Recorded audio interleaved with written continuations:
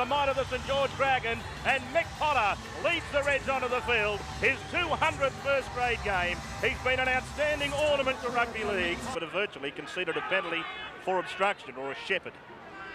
Last tackle against the Reds. Gee, I tell you what, Rodwell did well, and he's but given some opening down that left side. They've come back on the inside, and Nathan Brown, in attempting the intercept, has knocked it on. So the Reds will get the ball back.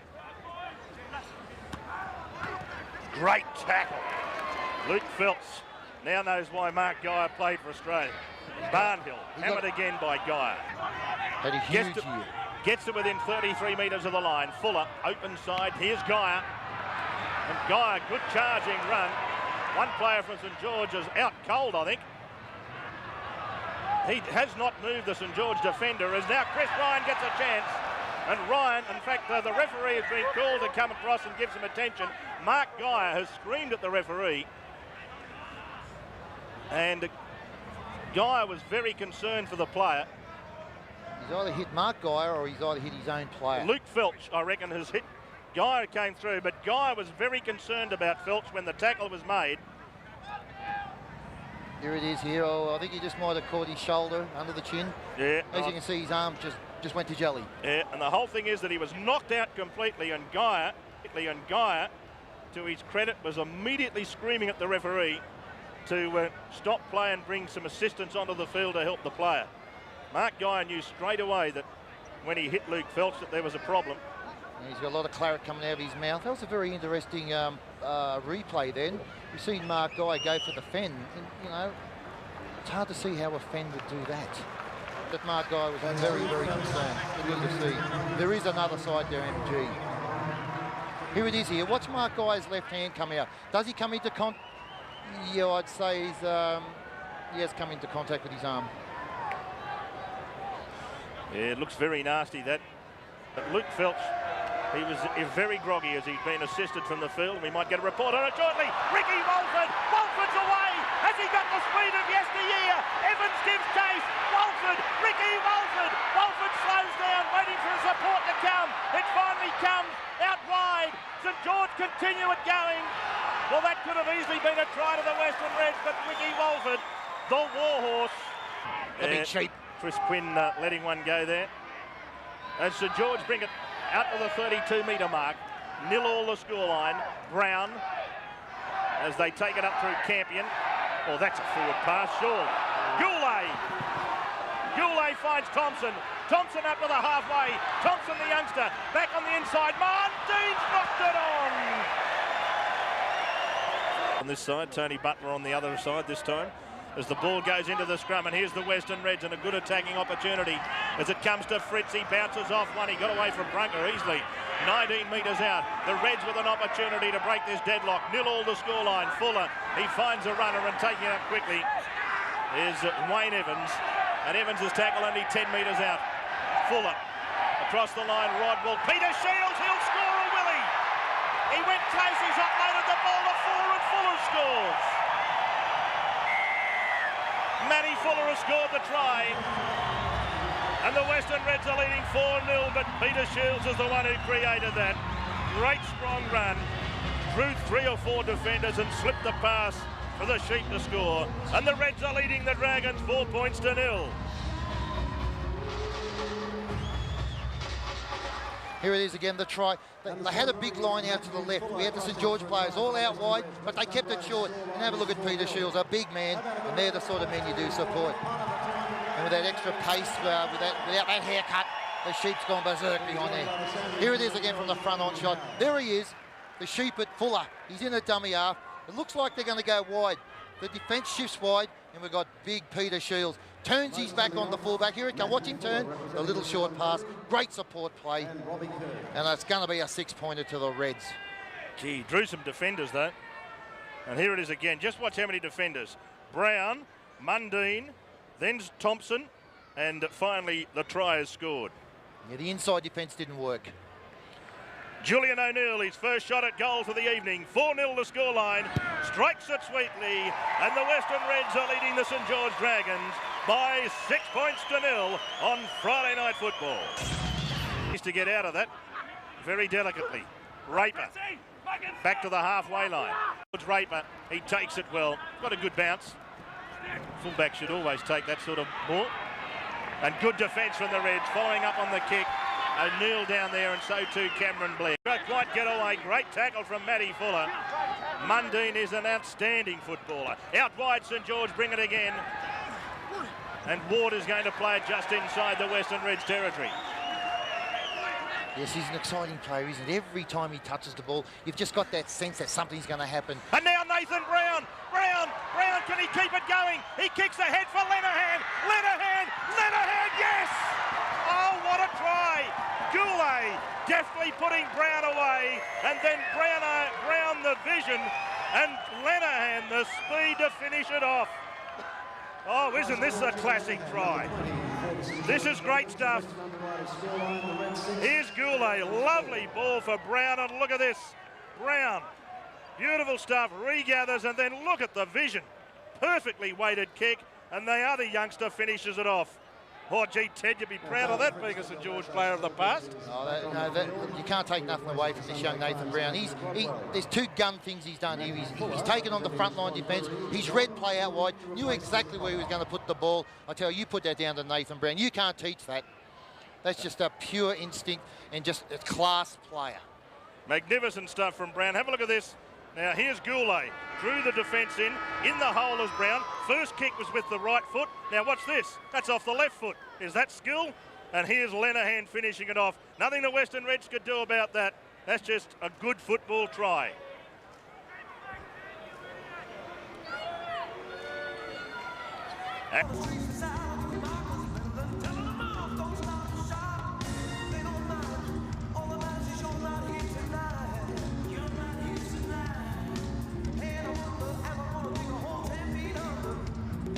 Open side, Bartram stands them up and then runs to the halfway line.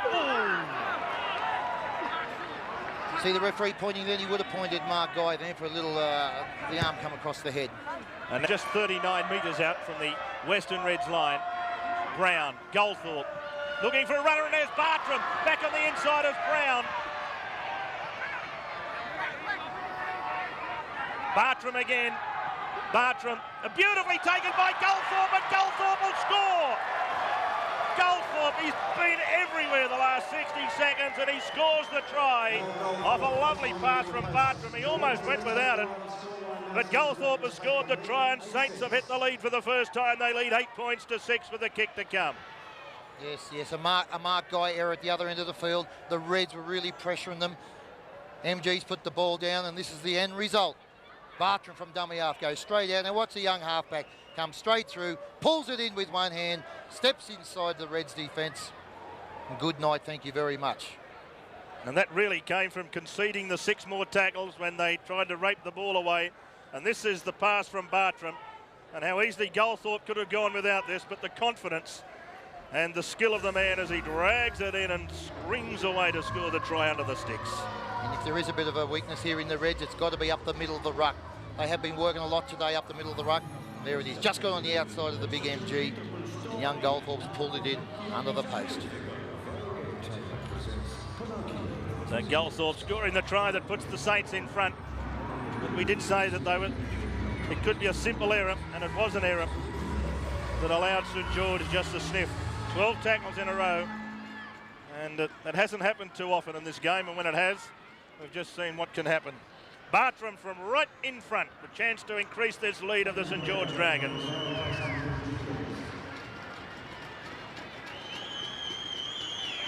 Bartram straight over the black dot. The touch judges' flags are up, and St George have another 2 points. The Saints are leading the Reds here on Friday Night Football by 10 points to 6. Judge over here, well, he's had a good eye. Most of the times we've seen balls come loose in situations this year. As Chris Quinn's gone straight through, shut the gate, I don't know whether they'll catch him. Quinn will score, try to the Dragons.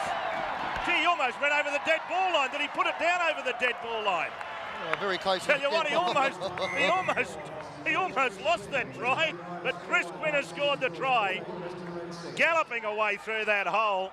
The Reds gave chase, but the fellow had enough speed to get there, and the Dragons have snuck away to lead 14 points to 6 in the space of just 4 minutes.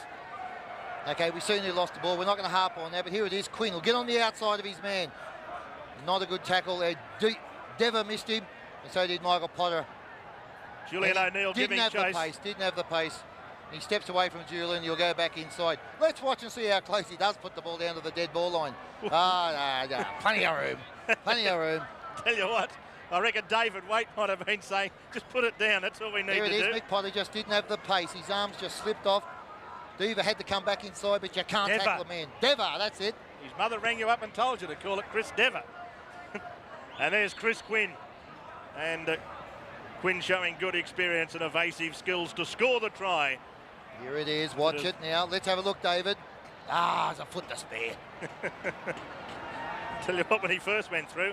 And, of course, this has all come about of that, well, I suppose you could call it controversial ruling that gave St George the feed into the scrum, and Quinn just getting on the outside of Potter. And there's the little dummy on the little in and out. Evasive enough to get away from O'Neill. And Mark Bell in good positioning just in case he falls over or he wants the ball. Good wingers support play there. And Chris Quinn, the try scorer. St George leading, and now with Bartram the opportunity to add the extras, and that will probably give St George the breathing space they require.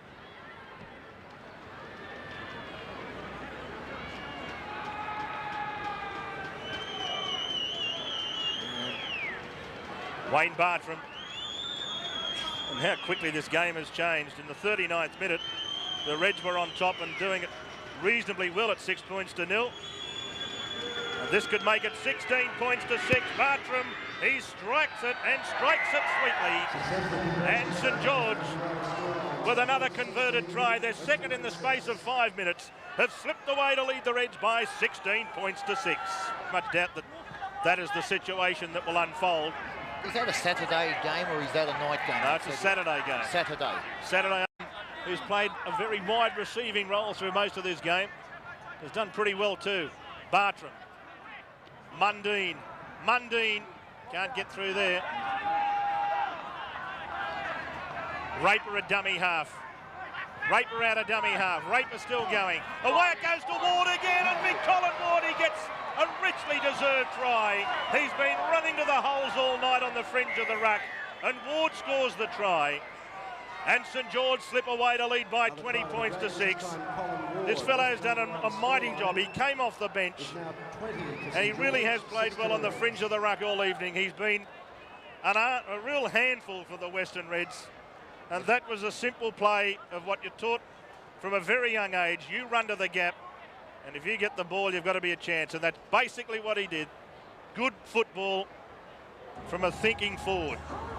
There's not many of them. But I tell you what, here he goes. He's going like Raper across field. Watch the defence of the Reds. There's the gap. There's the man outside there. The Reds player did not move up into the gap. He left the hole. It was a stagger defence. And I tell you what, this young Ward picked the right angle. He run back into the hole. Watch him go across. Everybody thinks he's going to kick. Bang. Ward sees it. Comes back in. There's Fritz on the inside. But the defence on the outside, Dever, didn't react quick enough. And there's the result. He deserved that. As Big Colin, he's played very well since coming on as a replacement in the early part of the first half. Well, is he, Davey, a local St George junior, this lad? No, he's been around a few places, actually, Colin Ward. Had a stint with Easts. I think he might have even been at the Gold Coast last year. He's been around. Wayne Bartram, though, with the opportunity from out on the quarter line, 12 metres in from touch. Very popular young man, Colin Ward, in and around all of the areas. Bartram with a chance to convert the Ward try, and it's swinging around and sweet as a nut. 2 more points to St George. Another successful goal to that man, Wayne Bartram, and St George are leading the Western Reds by 22 points to 6. And also Rodwell, 10 metres out. 3 of them, they can't put him down. Strong man, Bartram. Bell, Raper. Raper again, and they've lost ground there on that.